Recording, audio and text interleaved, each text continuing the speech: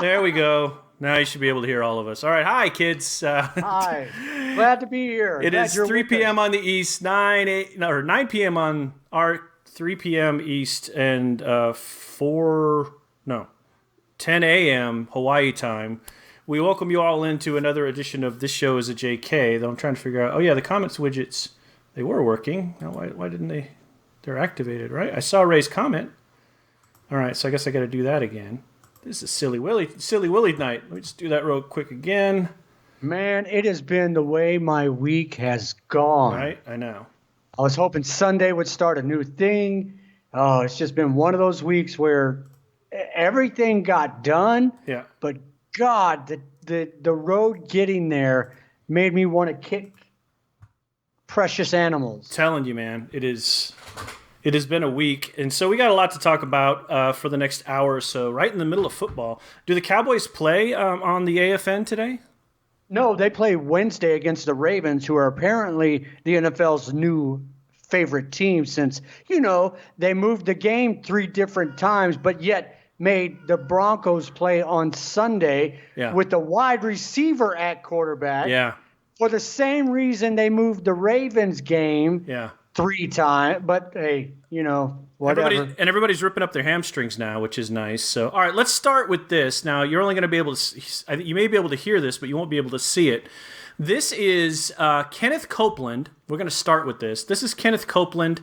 He is, as you know, televangelist extraordinaire. And again, if you're commenting, we can't see it. I'm not sure why you can't see it. But anyway, Kenneth Copeland, televangelist extraordinaire. There you are. Okay, so you'll be able to see it there now. You just need to turn your volume down or it's going to repeat all the time. I just did. All right, so this is, Dee found this. This is fantastic. This is Kenneth Copeland. Apparently he's short. I didn't realize that. But anyway, let me flip it over to... First of all, PJ, kiss my ass. Okay, next. Are you ready? So here we go. So this is Kenneth Copeland and some dude who has remixed his sermon to be heavy metal. Here we go. Because we have... In the name of Jesus. I think I saw this headline. I can't hear it. Standing in the I know. That's why I told you to listen to your feed. of the prophet of God, This is fantastic. I execute judgment on you. Bring up the volume so... I execute judgment on you, Satan. You destroyer. You killer. You get... Okay, We break that's your hilarious. He's playing an EVH model guitar, which is fantastic. judgment on you. I demand a vaccination to come immediately. switches to bass. Judgment on you, He Satan. switches to bass. This is fantastic. I call you done. Kenneth Copeland says COVID is done, Keith. Let's go to dinner. You calm down You calm down. from your place of authority, destroyer. He's just totally ripping it. It's fantastic. And you crawl on your All right, so that is available. like God. That is available on your YouTubes and on your Facebooks and everywhere else you want to be. So, so what's going on? What have you been up to today? What have you been doing since Saturday to keep yourself busy? Yesterday I went out and did the grocery shopping, the normal hunting and gathering, as JB says. All right. And just hung out, watched some sports, watched some movies. I watched Marvel for the first time. What did you watch? Was not overly impressed. Captain Marvel? Oh yeah, no, I've actually not watched that. It's I've avoided it actually. Yeah, I've heard up and down about it. Well, I haven't have done anything until with it. now. Yeah. I mean, don't get me wrong. She's beautiful, but I didn't. The one thing I did like about it was you learn why Nick Fury wears a patch. Yeah, an yeah, eye they, patch. They did manage to throw that one in. I like that. Let's see. But other than that, I just didn't like it. Today, of all days, the one thing I loathe doing is wrapping presents. I don't care if it's a birthday present. I don't care you if it's mentioned for something my about this. child. That's right. Yeah, I absolutely hate. So today I wrapped presents, boxed presents, wrapped the boxes for mailing. I have 4 boxes. Right. I even did a good deed, believe that or not. a friend of mine who I've known since junior high school, also in the MWR world in the Air Force, has asked me, because I'm in Germany, hey, can you find this? I walked into that the Christmas ornament place in the BX Mall. Oh yeah, the one on the Ramstein left Mall. as you go in. Yeah. Yeah. That has all the ornaments and stuff. That used to be 30 something more seconds. significant, but I don't remember what it was. It was No. The one. At least it wasn't a the vape one store kinda- or something. No, it was the one that's been there since I've been here. Anyway, we've been here, kind of in the middle. Oh, of that one. area. Yeah. I'm sorry. Okay, go ahead. Yeah. The German ornament store. Right.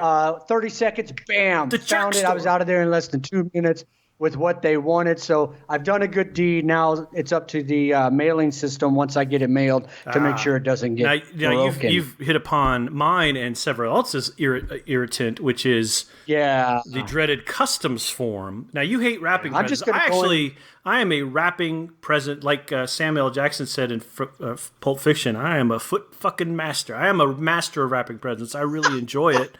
I'm really good at it. I've done it since I was like 4, and I really like it. So that part doesn't bother me. The part that I've always had a problem with is mail, right? I've never enjoyed doing mail. Like, I don't like to go get mail. I don't like to send mail.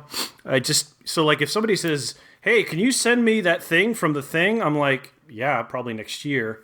So I've got like, I don't think you can see them, but that's blurred. So there's 3 boxes behind me that have to go out. They've had to go out for like 2. I've had things ready for friends of mine from when I was 3D printing for like 3 months. And they've been, but I haven't wanted to go to the post office to get that done because I just haven't wanted to do it because it's a pain in the butt. So, and part of that problem is you have to now fill out an electronics customs form. And actually, it's not that big a deal to do the form, but apparently their servers are so fucked up that they won't even, like when you click, okay, go ahead and print the form, it's supposed to just turn it into a PDF and then there's your form. Well, what it does is it just sits there and fidgets. It like makes a million requests to the server and it does nothing. And I thought, okay, so I got up and went and did something, but when I came back like 10 minutes later, it had printed the form. But that was a 35-minute process to get one form done. So I thought, okay, I think I have this down. So I got through the forms like in a minute, but once you press print the form, it fidgets. It just fidgets. It doesn't do anything, and you can't. I mean, it sucks. So you can't actually get the form into a PDF and to be able to print it out on the printer, which we have at home, which I'm more than happy to do. But the thing fucking sucks. So if I could get those, I would go to the post office this week because Dee Dee's got to go to the post office that I do. But I just always hate walking in with packages and then the forms and then, all this other stuff. And like, oh, do you have any guns in the boxes? I'm like, no, I don't even know what a gun looks like, blah, blah, blah, blah, blah. And so it's just a huge pain in the ass. So, but that was literally like an hour and a half of my day today, just negotiating with the webpage to attempt to print the customs form. Sucks. I hate it when we had to write them out. I hate it even more now. I tried to do it earlier today with one after I finished wrapping the first box in brown paper, and Joyous brown paper. despise it. So I'm going to go in and let the lovely Natalia help me with it tomorrow. I think, you just wanted to help, and just go from there. She is. She's no just. Stop She's fun to talk to. She's a that's very all nice I'll lady, say. and I She's think wonderful. She's always been very helpful. Let's see. Yes. What have we been doing? So it's been a busy week in COVID. Hang on a second here. Wait, let's go back even further if we can for just a second. All right. Despite technical difficulties we had as for what we do, I just want to tell everybody that Jason, as the deputy garrison manager at Baumholder, put on a hell of a tree lighting ceremony, especially with the COVID restrictions that had to be in place. Wow. So to tell them a little bit about it, you were the MC. mainly because you like to talk. But other than that, you did a fantastic job. Yeah. You had the garrison commander there. You had the head most highest rank there at bomb holder there with his lab. You had Santa Claus coming in on a fire truck, German fire truck, which was, and lo and behold, I don't know about you, but for the first time this is now my 15th tree lighting. I guess actually 14th since I didn't cover last year's at bomb holder, but my 15th year in Army tree lighting establishment. For the first time, it actually snowed. Yeah. So did you order that up as well? Oh, I mean, I can do a lot of things, but yeah, all right. We'll say I did that. That's fine. I got that. Good. That's not a problem. So if you are doing comments, we apologize. For some reason, I'm just trying to get the authorization to work on the comments, and it ain't working. So we're doing our best here. It's always something every friggin' week, man. It's always something. So maybe Keith can manually do comments. Oh, wait. I think I just got it. There it is. Jason likes to talk, and then it just disappears. This is weird. It keeps authorizing and deauthorizing it. It's very weird. Anyway, I'll have to fix that when we get off the show. Anyway, we'll let PJ and Ray and others make comments. Okay, so coming up toward the half-hour point, we will do the 12 songs of Christmas that Keith apparently would put on his greatest hits album, and we will judge those, and we will make a determination of which of those is the very, very best, the best of times, the worst of times, right? So there'll be some that everybody wants on the list that I purposely did not put on the list. Like what? No, so what's one you didn't purposefully put on the list? I'm curious. I've got the list right here. Let's see. White Christmas. That's a good one. Yeah. I'm not saying it's not a good song. I love most all Christmas music. Okay. So let me just say that right now. But there are songs on there that I like, especially particular versions of songs. Okay. So we'll talk about it later. PJ said Jason likes to talk, then we'd have to carry this show. Yeah. Oh! Yeah. He's a wise person. You don't hear that very often. Yeah, he's a wise man. You don't hear that very often. All right, let's see if we can do it this way. Anyway. Maybe it's just My parents were proud that I was in the service culture spotlight this week. I was going to bring that up. Were you? I'll wait then. Yeah, it's it's because you accidentally posted it last week, so that was kind of funny. And then now that's the funny part. Yeah, that's the funny part, right? So and then we had to hold it for another week while we could wait for that. But there you were. You actually wore a tie for it. I was impressed. I wore my new suit for that. New suit. All $69 of it, the jacket right? and it was $150. Thank you very much. Nice. On sale at the BX. I talked with the nice British clothier or whatever you call him. He's a good dude. I've worked with him before. Really good dude, and he helped me out. Because you might find this hard to believe, but I'm hard to fit. And in what way are you hard to fit? You are the size and shape of a barbershop pole. How could that possibly? They just go, all right, what's one above kids? That's yours. How hard is that? Except my huge biceps, brain. Yeah, brain. Yeah, well, you are enamored with your brain. No, he helped me out. He also I touch my brain a lot. When I think about you, I touch my brain. Was that woman not gorgeous or what in that video? Anyway. The Divinals lead singer? I don't remember her name. Yes. It doesn't matter. Never really noticed. She had huge eyes. Tracts of land. Huge tracts of land. Keith needs a date in case you're not getting the verbal signals. So if you like to date Keith, you can reach out to me or you can reach out to him at 1-800. But you have to be in Kaiserslautern. Yeah, so there's that. Yeah. So what else? So we went to Bernkastel Kues yesterday again. So I can't explain enough how much this place is like going to it is like going to Rivendell. If you watch the first movie, when they is it the first? I can never remember. God, it's the first movie. So I'm not that into. Right, Radagast leads off with the rabbits, and they zoom off into the New Zealand fields, and they're running around and running around, and then Gandalf sort of finds some rocks, and then they descend into these rocks, and they sort of go through things, and then they go down, and then Rivendell just sort of suddenly appears. That's what it's like going to Burncastle Coos. That's the second one. It really is. That's the first movie. I saw it for the first time when we took the ATV trip over July 4th. Right. And that was amazing to me. And I actually had the thought Saturday morning. I said, you know what? The sun is shining. Maybe I should just go somewhere. And Burncastle Coos popped into my head, and I thought, I've got things to do that I have to get done. When you say it sounds I'll dirty. save that for... Say Burncastle Coos again. It sounded like dirty. Say it again. Just Burncastle Coos. The way you say Coos, I don't like that. But go on. How should I say it? I don't know. Go on.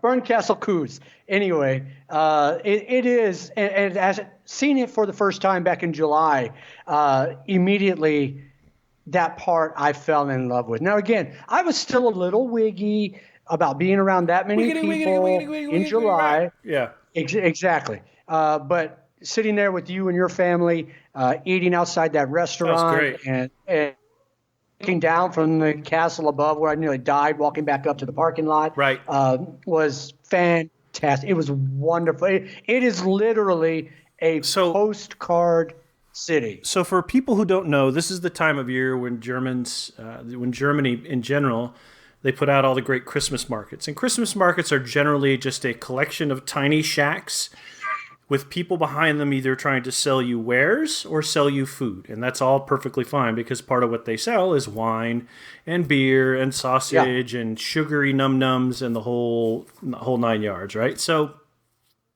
in any case, we went and they have a small market set up literally like, before you walk into the city, and you go into the city and there's like right along the river, there's an area. That's where all the stands are. They're right there. And there's 6 of them maybe.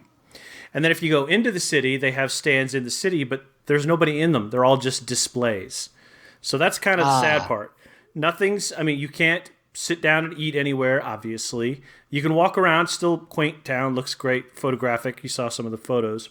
But you can't do anything. Now, you get back to the market. This is where it gets a little winky. The market itself, again, is 6 booths. They had a sausage guy, a crepe guy. They had a glue wine guy. I'll get to him in a second because Didi was pissed. And then they had a couple of others that I don't remember. So they had a fried potato pancake guy there, or as we call them, latkes. But we'd already eaten, so we were pretty full, so we didn't want to do that.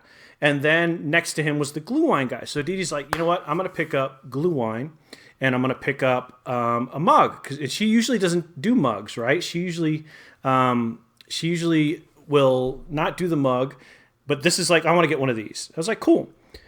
Well, she's in line, and I sort of hid back on the rail, and we were just hanging back. I was checking mail, doing all that stuff.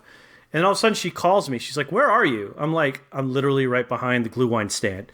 So she finds me, and she had walked off like the other direction, and I said, where's your wine? She goes, they're not selling wine. They're only selling punch. So I think a theme of this year's Christmas markets is they're only going to be selling punch. They're not going to be selling wine. And I had to think that through for a minute because... Go ahead, horny boy. Can I give you my theory first? Yeah, go ahead, horny boy. Wow. Yeah, it's funny. All of a sudden, you're calling me out. Dude, you did it like in truth. Okay. Three lines in a row. It's like, all right, go ahead. By the way, PJ said I cost too much to date. I don't know what that means, but anyway. Oh, geez. Well, after the story you told us last week, I could see why. Well, anyway. I think it's so they don't have a bunch of drunken people taking off their masks, hanging on each other, that kind of thing. That's my theory, just listening to you talk about it. Correct. In the last... Okay. Is that your theory, too? That's my theory, too. And I think they're doing... I don't know if they're doing that Germany-wide. By the way, I just closed out the predictions for the bracket, so if you got one in, great. Thank you very much. We'll get to those in a bit, but I just closed it out, and we'll do the bracket here in about 15 minutes. Right, so they don't want people congregating around drinking, and the drunker you get, the less you're likely to remember to put your fucking mask back on, and so on and so forth. So I was talking to a friend of mine who works in the radiology department in the Augusta VA today. It was actually right before the show, and she said, "Hey, we want to come to Garmisch, and we need to get away from here." Da, da, da, da, da. I'm like, well, okay.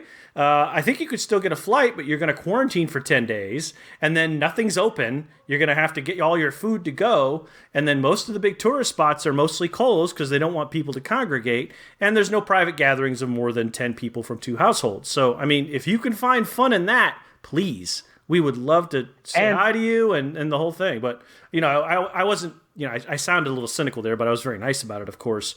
But if you're at home and you're thinking about coming to Europe, don't. Ain't nothing to do. The R number's still way too high. But she said Augusta and Georgia are basically just treating it like, you know, she said restaurants are full again. You know, they're just back in stride with whatever they're doing. So I found that a little concerning. But Oklahoma's the same way. Yeah. I talk to my daughter all the time. Yeah, I mean, she had a little scare last week.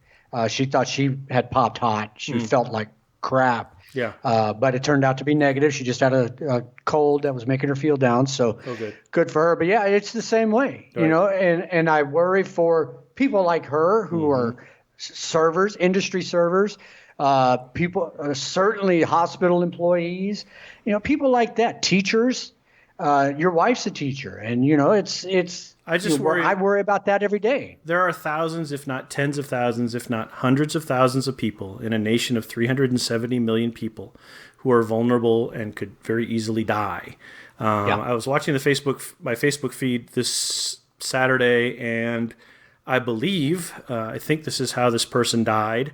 A combat camera guy who was a big influence on a couple of my good friends passed away. And based on what the initial status update was from my friend, it was because of COVID. And he caught COVID and he passed away. So I'm not sure. I don't have the same brain chemistry, I guess, as other people to believe that, well, whatever, I'm not going to get it. I'm very healthy, and therefore, if other people get it and die, then that's up to them. You know, that's a weird brain chemistry again. I don't really understand that. I agree. But if that's the way people are thinking, that's I don't know. That bothers me a little bit.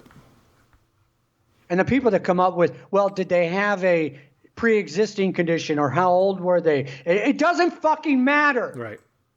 COVID killed them. They were going along just fine with whatever existing condition they had. Right.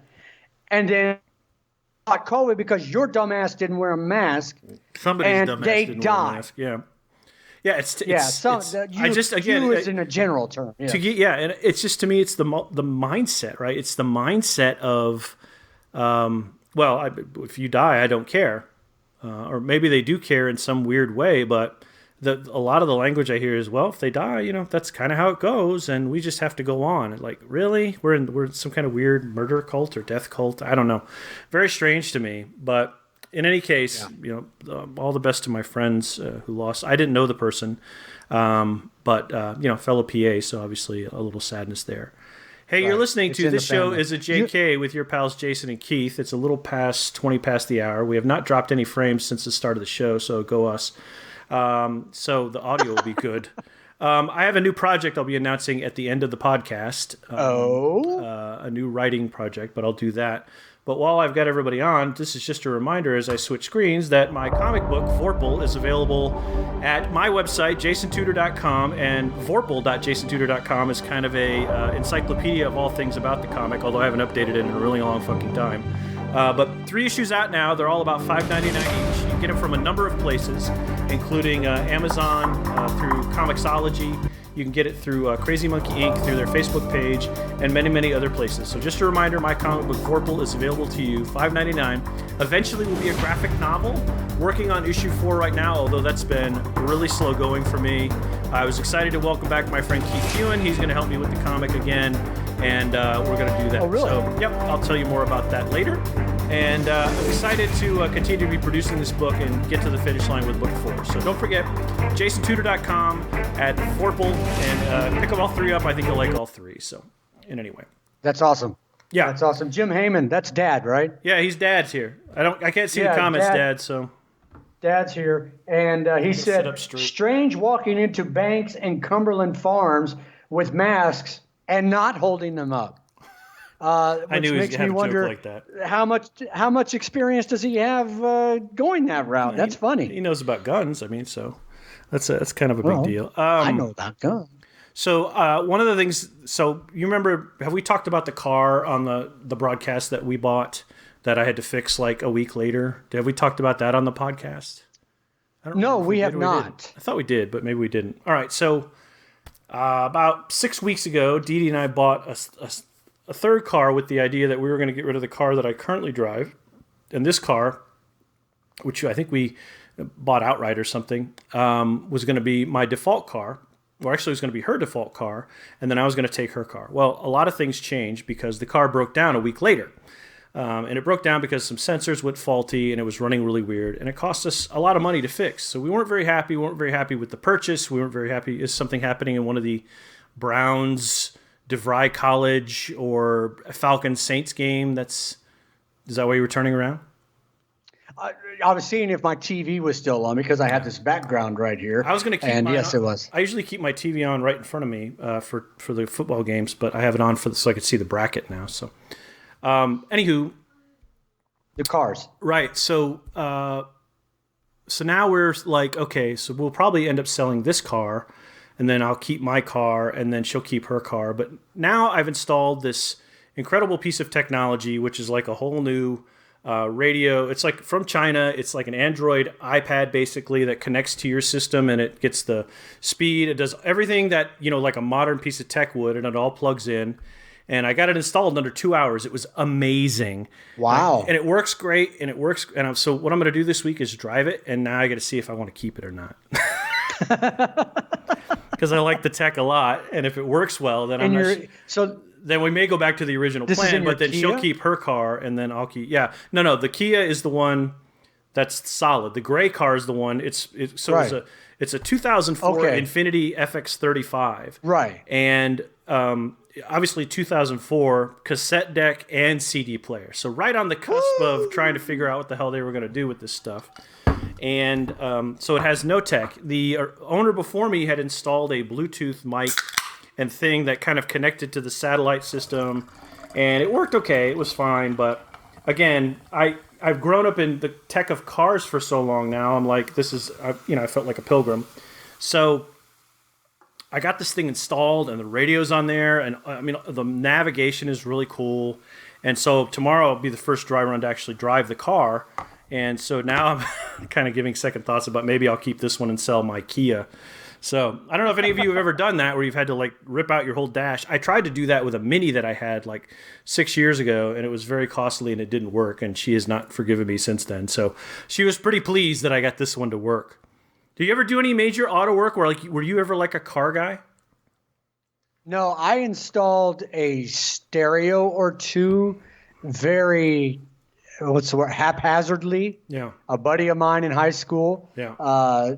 And actually, PJ has met him, I think. Randall, my best friend from high school. We inserted a digital stereo with digital radio and cassette because I had to play my Run DMC. And and we got that to work and ran wires under the floor and all that. Yeah. So no, I can do that, but I hate doing that stuff. I will pay somebody to do it. So car stuff and gift wrapping. All right. So all of a sudden you're not much of a catch, I mean, I'm just trying to be upfront about that, but I can work on a car. I can do car stuff. And I'm good with electronics. I can set up a stereo. Yeah. Well, nobody has a stereo these days, but no, but I'm also a cheap date because I don't eat much. I don't drink much. And but see, you're not supposed to be the cheap one. She is. You're the one she's supposed to. You're the one who's supposed to be spending out the money. So you really got to be careful with this. We're gonna have to help you. I'm actually trying to share this now with my neighborhood, but I can't find the share button all of a sudden. I just want to see what they'll do if I. Oh, here it is. Maybe it's up here.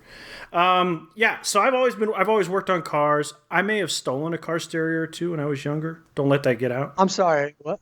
Don't let that get out.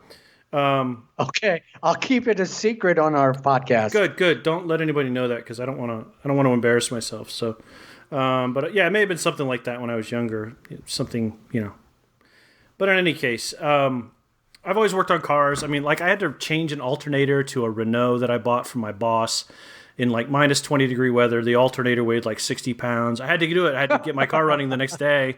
So I've always been pretty handy with cars. And then I got better with electronics and things like that. So this was a no-brainer. So you don't do any kind of mechanical work, no electronic, nothing at all, huh? I do a little bit. You take it to the dealer, let a real man do it.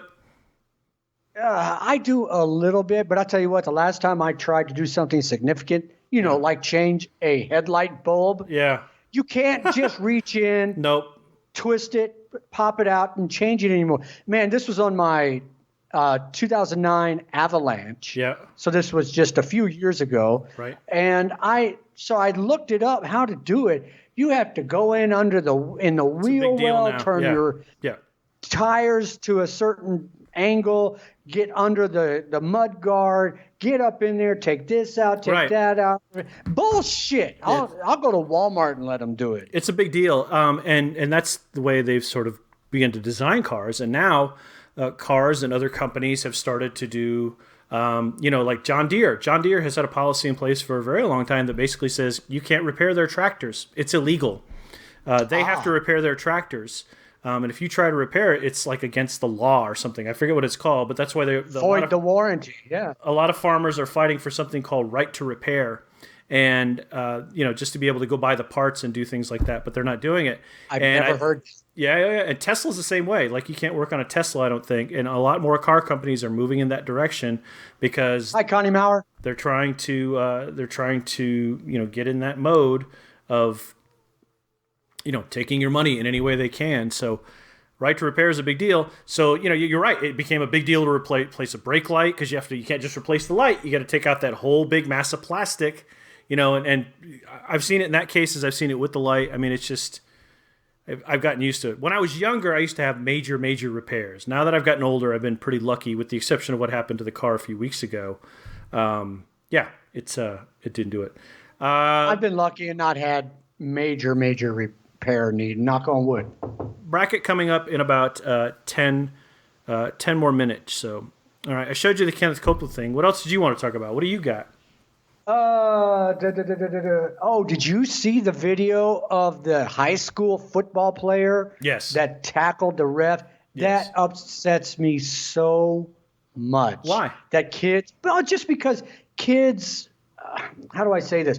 To me, I say that goes back to everybody gets a participation trophy. So when he does something so egregious, I don't even know what he got kicked out of the game in the first place for. Yeah. But he's so upset, he runs onto the field. And this was not a small dude. This was a big dude. No, apparently one of their soccer players, one of their football players, probably going to some school on a scholarship, just waylaid the referee.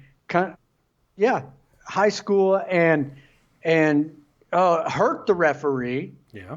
And of course now the kid's being arrested, so he ruined his immediate future anyway. Is he being arrested? So he's facing charges now. Now see, I'm going to take the counter argument. Okay. So I played football like he did when I was in high school, and also, if you watch enough football and you hear enough stories, you understand that people can be in the moment. They can be pretty tense. They can be pretty intense. Your emotions are high. Sure. If you're a young male in high school, you have, your testosterone count is probably somewhere north of like 1,000. When those moments happen, you lose your shit. And so he lost his shit. He stormed out of the field and he beat this guy. Is it a product of the moment? Is it a heat of the moment sort of thing? Does he regret it? Yep, he will. But was it more cause and effect than it was, well, he should have restrained himself? Well, to be fair, like I said, these guys are really hyped up, and the coaches Yeah, always restrain players. They should have done a better job at restraining him. Is it wrong? Is it wrong? Or I mean, is it right that he went and hit this guy? Of course not. That's assault, and that's wrong. I'm not saying that. But the circumstances that led to him hitting this guy, I think, are in some ways for football, for young people playing football who are strong and virile. And if it's high school, it was in Texas, right? So there's a lot on the line for people playing high school football in Texas and South Carolina and everything else. And that's when the apex of that came through and it snapped. Again, I'm not justifying the assault. It's horrible, but I'm saying that they probably could have done a better job of restraining him and ensuring that, you know, they could have read him and said, okay, you stay behind us. Because it happens in the NFL. It happens in basketball. What was the big Ron Artest fight? That was a million years ago. But these fights where people come out of the stands or go into the stands, it happens occasionally. Oh, yeah. People snap. Regardless of race, by the way, people snap. People get upset. And I think I saw some discussion that this was a racial thing, and it's like people snap. And that's that. So for football, the anger, the attitude, all of that is just one where, you know, it's of that moment. And I don't know that it's a cut-dried sort of scenario of he should not have done that. Well, no shit. John Mulaney has a great comedy sketch called Horse in a Hospital. And Love John Mulaney. Right, and he's talking about President Trump in a lot of ways, right? And so at one point he says, you know, and then my friends say, we should have never allowed a horse in a hospital. And he goes, we're well past that now, right? So when it gets to that point in the game and he gets thrown out and you know he's seething, he's just probably made a huge play. I mean, he's just put his anger and his frustration and all this stuff, and he just drove this guy into the ground. We're well past that, and they should have known that, and they should have done a better job of restraining him on the sidelines. Again, I say it for a fourth time, it doesn't account for the assault, but the coaching staff and his fellow players should have done a better job of restraining him. Boom. Boom. You know, he ran onto the field without his helmet, which means he was off the field after this happened. He had Correct. time to think. Correct. He had time No, to he didn't think have, about no, it he and had, think about his actions. How much time? But was he calm? Again, I don't know. And if he had that much time on the sideline, then people had enough time to observe him and know that he was a pressure cooker ready to go off. They should have known that. Sorry, they should have known that. If he was lingering for that long, then they should have known, like, okay, we need to like duct tape him to the bench because he's going to lose his shit. I mean, when that's going to happen. You know, I played enough military softball to know that guy. I've seen that. I've seen that guy happen 3 times in my life in military softball, where some volunteer umpire makes some weird call or I don't think they ever threw a guy out of a game, or flag football, whatever, or just makes a call and says, "Nope, you did it." And then I saw a guy get hit. This was a flag football game. Big, like 6, about as tall as I was.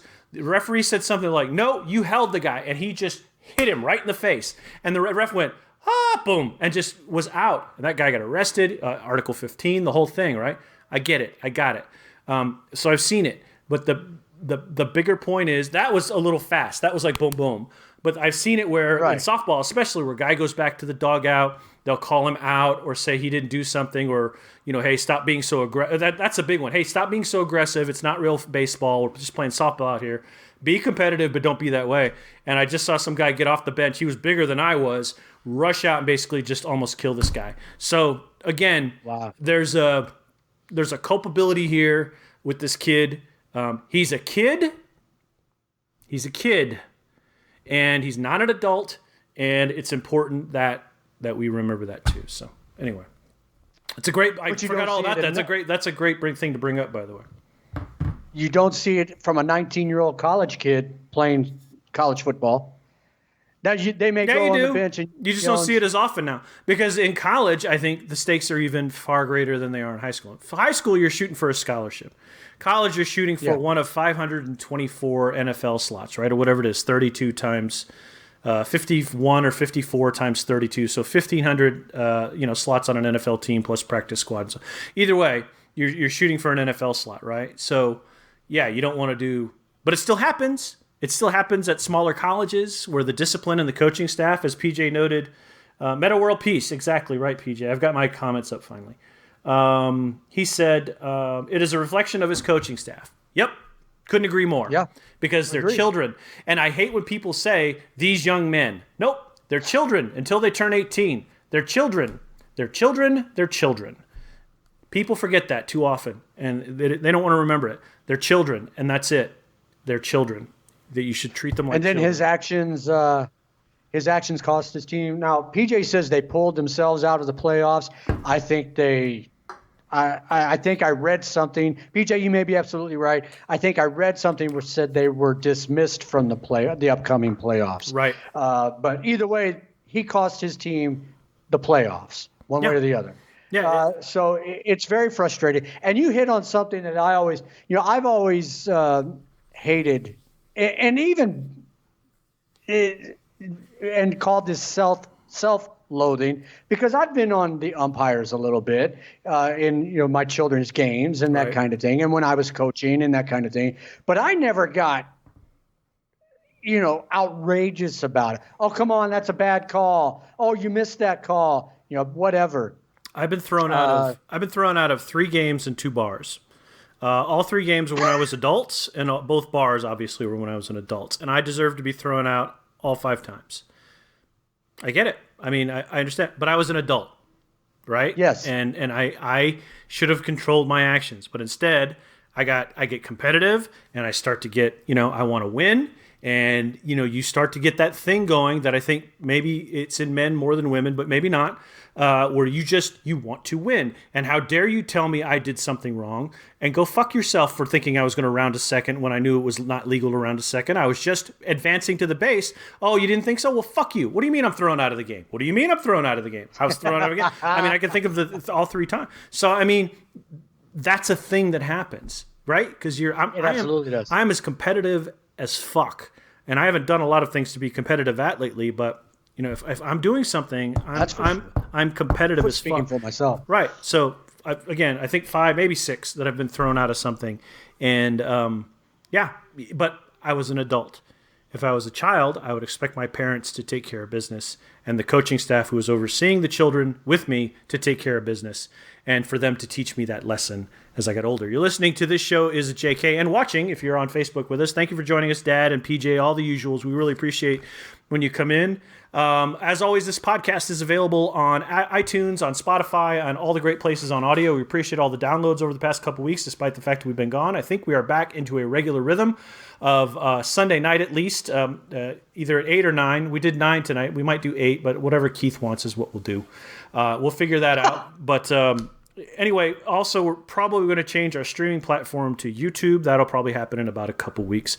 We'll give you some updates on that. If you have a Google account, you can get in the chat with us. If you have a YouTube account or whatever. So that's where we're going to move to, and that's what's up.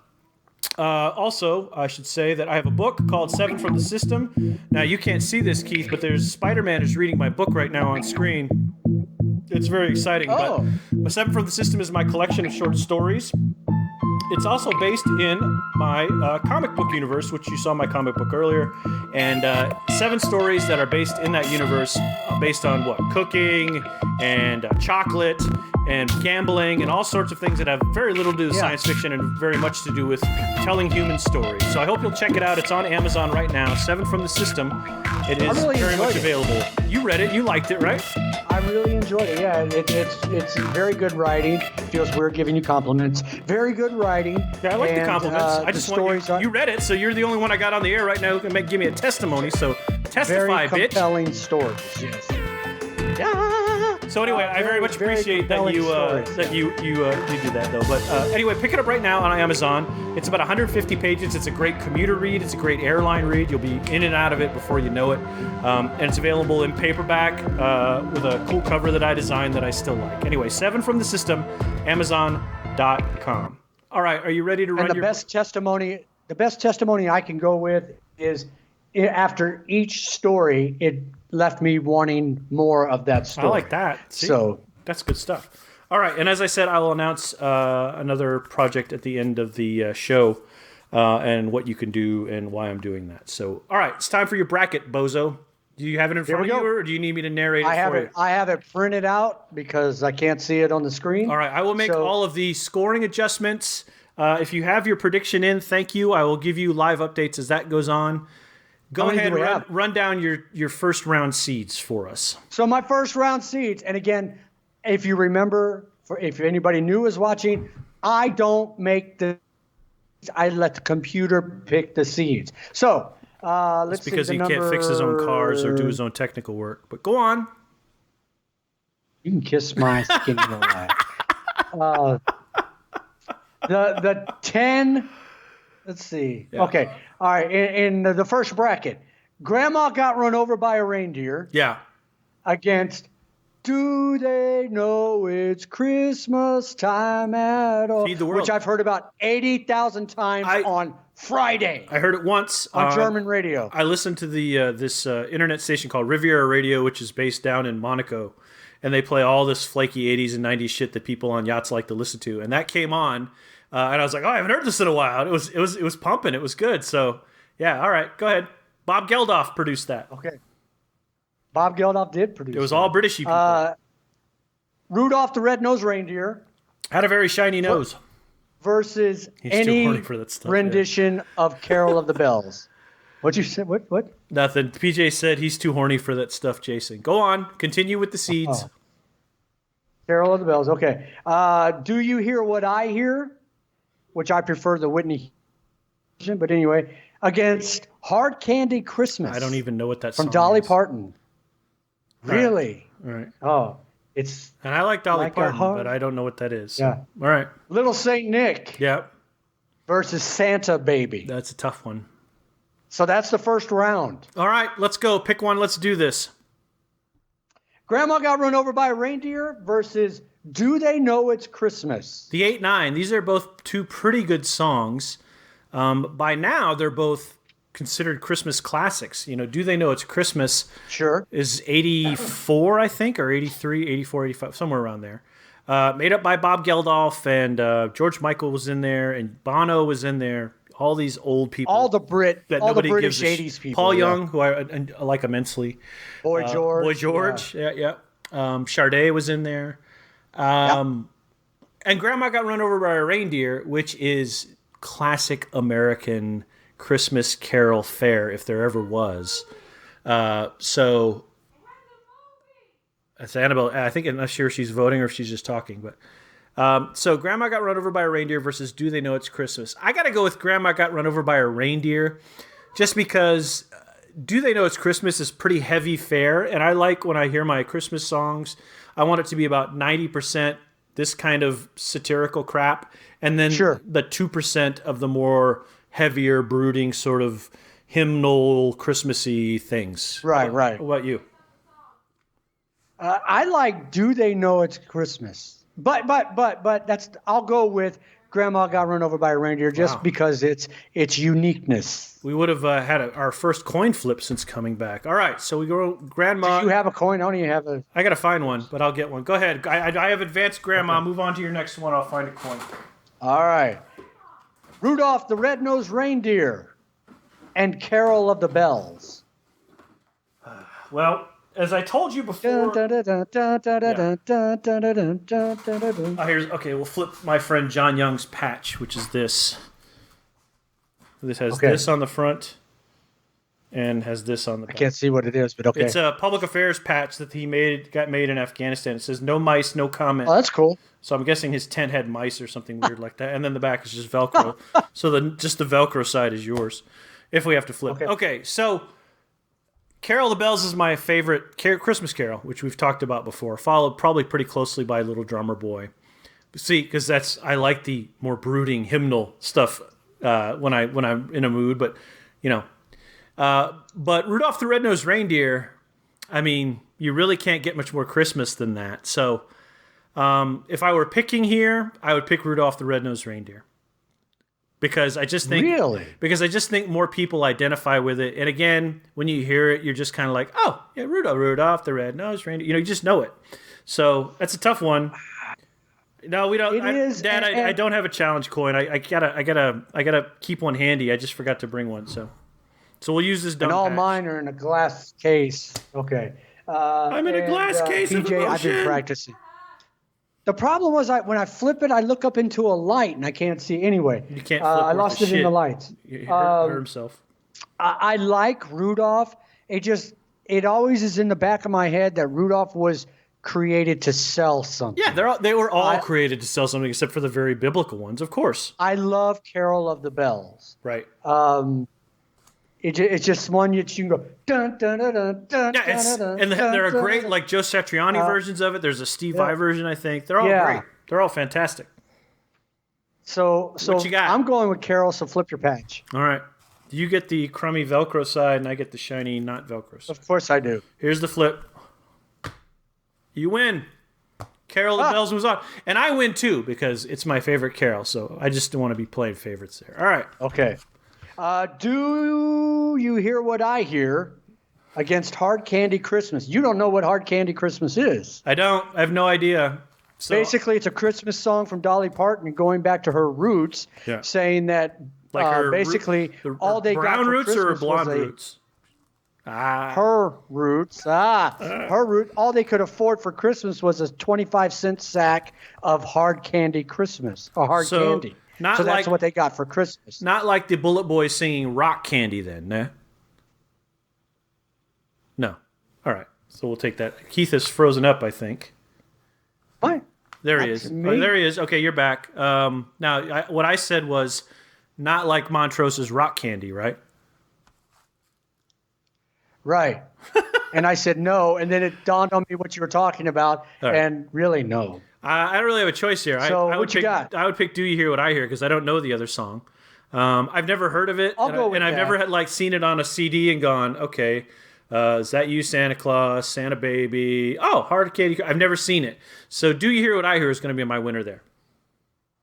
Okay, and I'm okay with that. Especially, like I said, Whitney Houston's version, it's fantastic. Okay. A lot of my Christmas favorites come off A Very Special Christmas from like the mid-'80s. There was an album that came out back then. Anyway. Dee Dee's favorites come off of a CD that she got at, I want to say, like Starbucks or like a furniture store, and they're all great.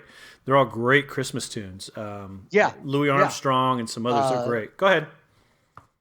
I think A Very Special Christmas, the funds went to, I don't know, children, to help children somewhere.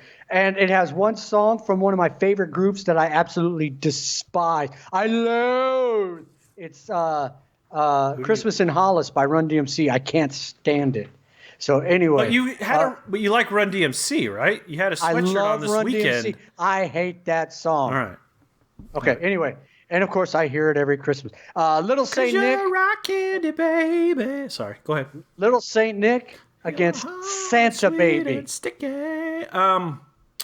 So adopted California boy here.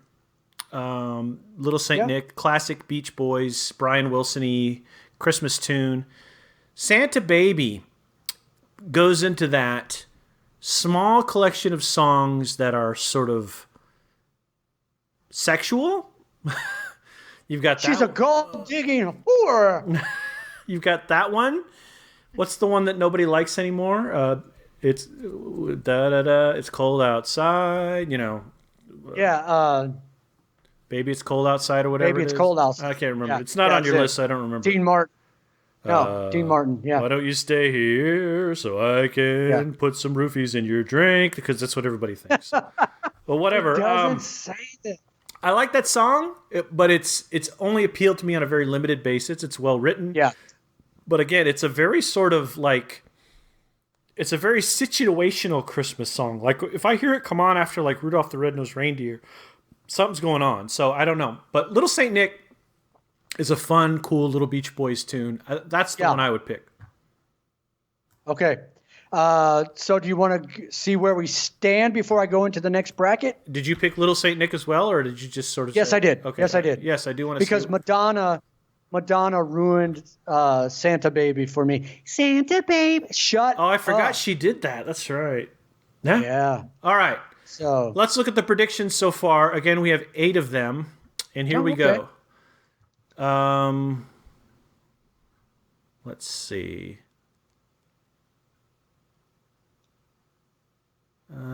Okay. Right now, it looks like Ring a Ding Ding by Daniel Nathaniel is in first place with a score potential of 27.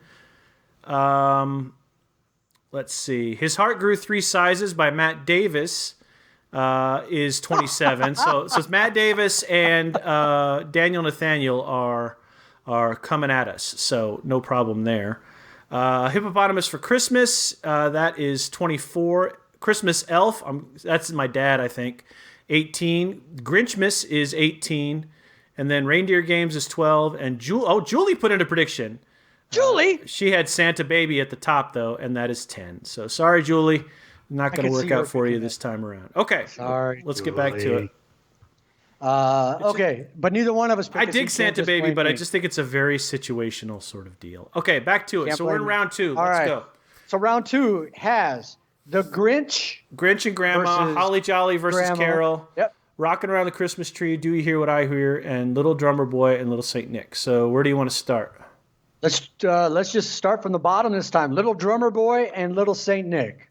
So one of my greatest Christmas memories, and Dad, you'll appreciate this, is pretty much every morning since I was a child until I left the house.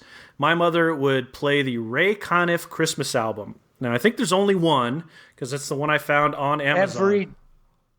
Every day or just during Christmas season? Every Christmas day at about 4:30 to 5 in the morning. And we had this massive Pioneer sound system that my stepfather owned. Familiar. And and these giant speakers that were like if you took a flat screen TV and turned it vertically and then added another 12 inches back, that's how big the speakers were, right? So she would crank that thing up about halfway, and it starts out with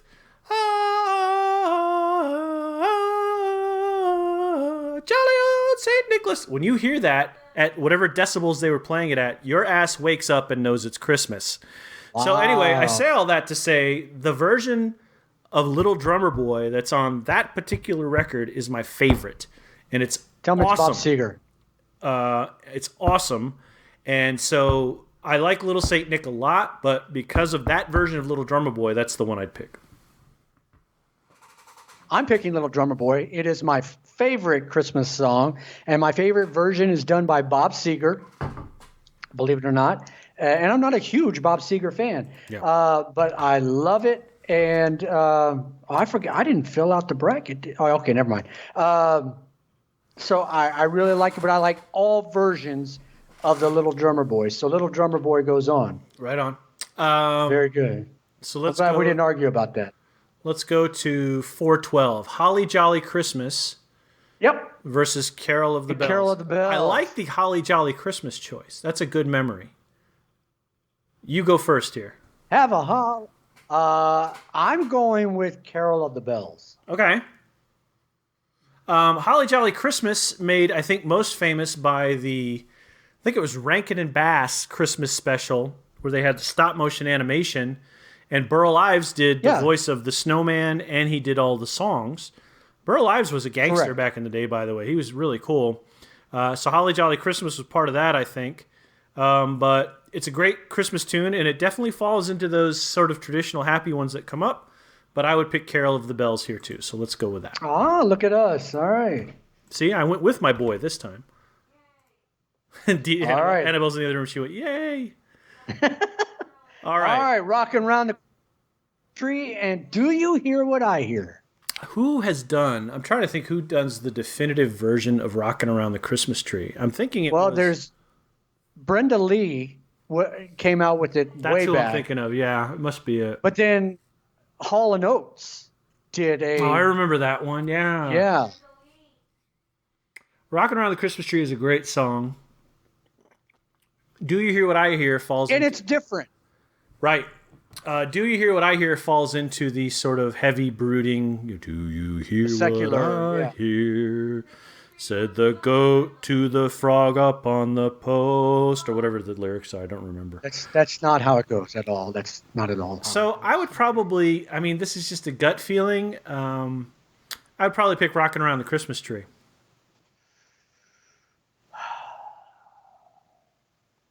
All right, I can go with that. Wow. All right. I can go with that just because, it's a different.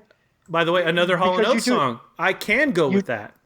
You do? Ooh, No can do, I can't go for that, can't go for that. Yeah, can't go for that. Yeah, Rocking Around the Christmas Tree is a nice speed bump between the secular and the It is. the grandma's got run over by a reindeer. That is a perfect description. You earn a prize. That's a very, very good one. I like that one a lot.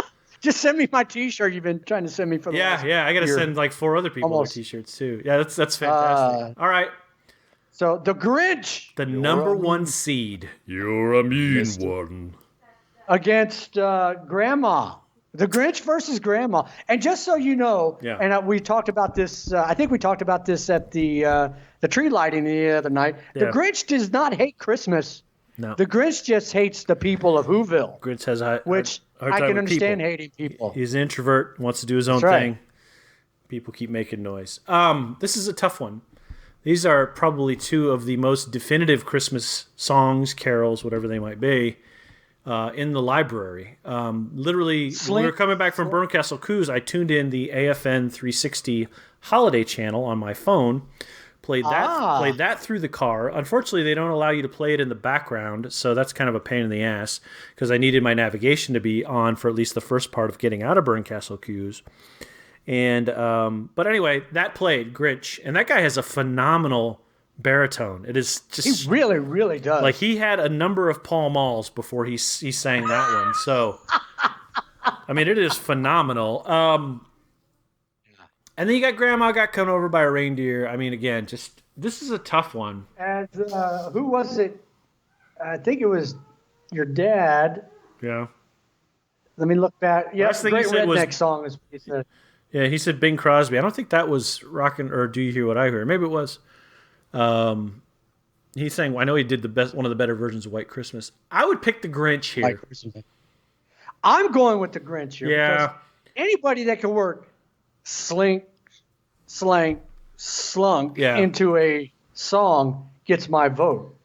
That's a tough one because you talk about the horrifying violence of killing your grandmother on Christmas Eve, and then you just talk about somebody who's obviously got some introverted issues. That's also a safer song, so I'm glad we both. And incriminating claws marks on her back. Yeah. Yeah, I mean, literally. There's also, have you ever heard the song? Hi, we're gonna sing a song about killing grandmother. All right, here we go. All right, let's see where we are.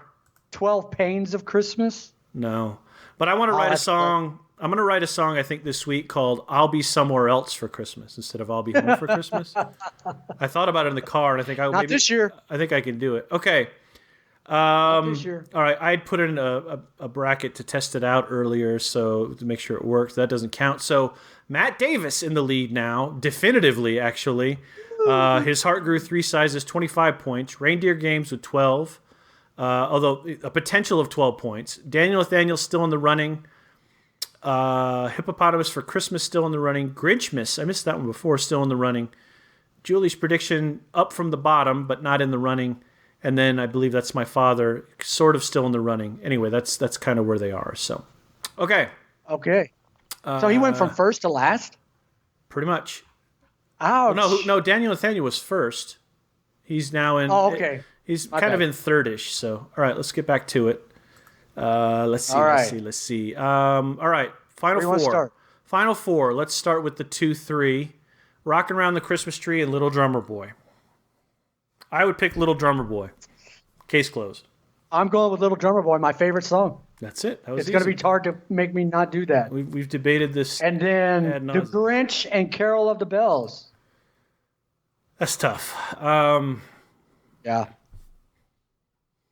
I would pick Carol of the Bells. Ooh, really? Well, kind of for the reason you said. The Grinch is something made to sell something else, right? It was made for the Dr. Seuss special, which was, a TV thing. Right. Carol of the Bells is very traditional and Christmassy and things like that. So I got to sort of lean on that. Slink, slank, slunk goes a long way. Stink, stank, stunk, as my dad that's what it is. corrected you. Stink, stunk. Sorry. Yeah. Sorry. Thank you. But, when you can do Carol of the Bells with instruments with voices.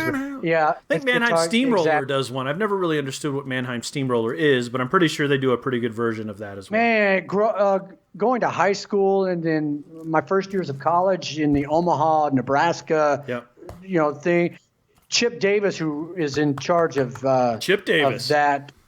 Chip Davis, they're from Omaha, so I would hear a lot about them. Yeah. And great musicians, great.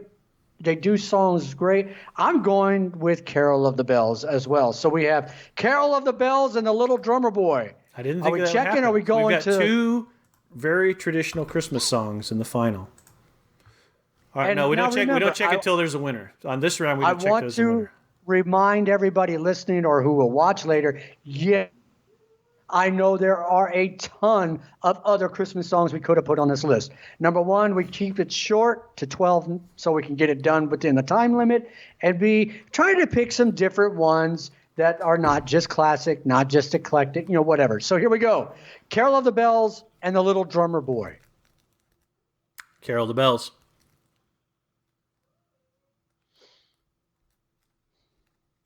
I'm going Little Drummer Boy. Hark, hear the bells, sweet silver bells. All of them say, ding dong kay. Hark, hear the bells. All right, I guess we're flipping then. We're flipping for the winner. I get the rat. You get the nothing. Me. You ready? Yeah. Make sure everybody can see it. You lose, soldier boy. I saw you flip it. Fine, that's fine. Carol of the Bells is your winner. And I'm okay with that. For the return bracket over Little Drummer Boy. Let's announce our winner of the bracket prediction this week, and that would be Daniel Nathaniel comes through. Daniel Nathaniel comes back. End. God, he wins everything. It is crazy. He wins. That is followed by Matt Davis. Although he didn't have quite as many points as he did. Daniel Nathaniel picked 7 out of 11. Matt picked 7 out of 11, but Daniel scored more points at the end because he had the winner. And as you know, the points are progressive in our bracket. So there's that.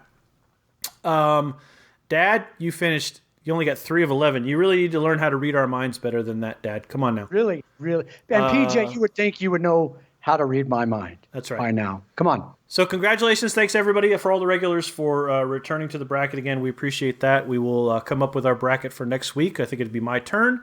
So we'll get that out to you tomorrow. We're still debating whether or not we want to do 2 shows a week, but we're pretty happy with one so far because we're pretty busy. But we'll see after the new year. So, all right. Is it going to be another holiday-oriented bracket? Or do you know yet? I think it should be. Maybe we should be like I think so too. Top 12 Hanukkah presents or something. Then you can get squared on what you might think is a good Hanukkah present, like a pair of socks. All right. Let's tell you about the last thing I want to tell you about, which is this new writing project I have. Now, I did something similar a while back. Where'd my mouse go? Did my mouse just die? No, there it is. Okay. I did something similar. It was a while ago. It was probably 6, 7, maybe 8 years ago. I wrote a whole book online. Or not a whole book. I wrote 3/4 of the book online. Then I pulled it offline and I finished it. So I'm doing that again. I'm going to write a new book, a mystery book, a thriller book. And it is called Crow's Revenge. And it will be available on my website. Actually, it's available right now. The first 3 chapters are available.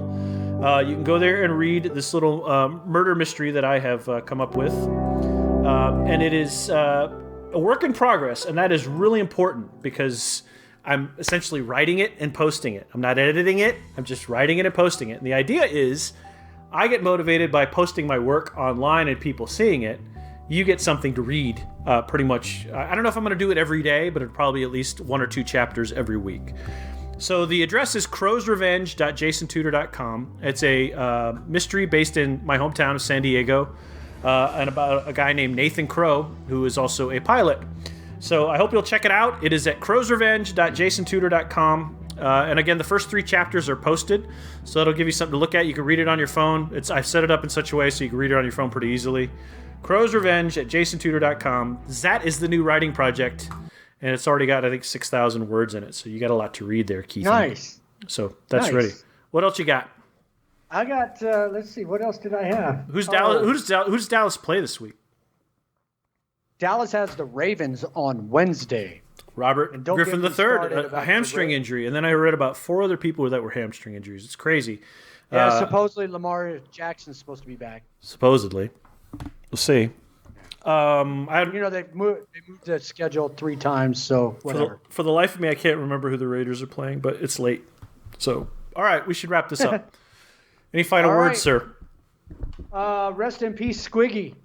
Oh, that's right, Squiggy. Hello.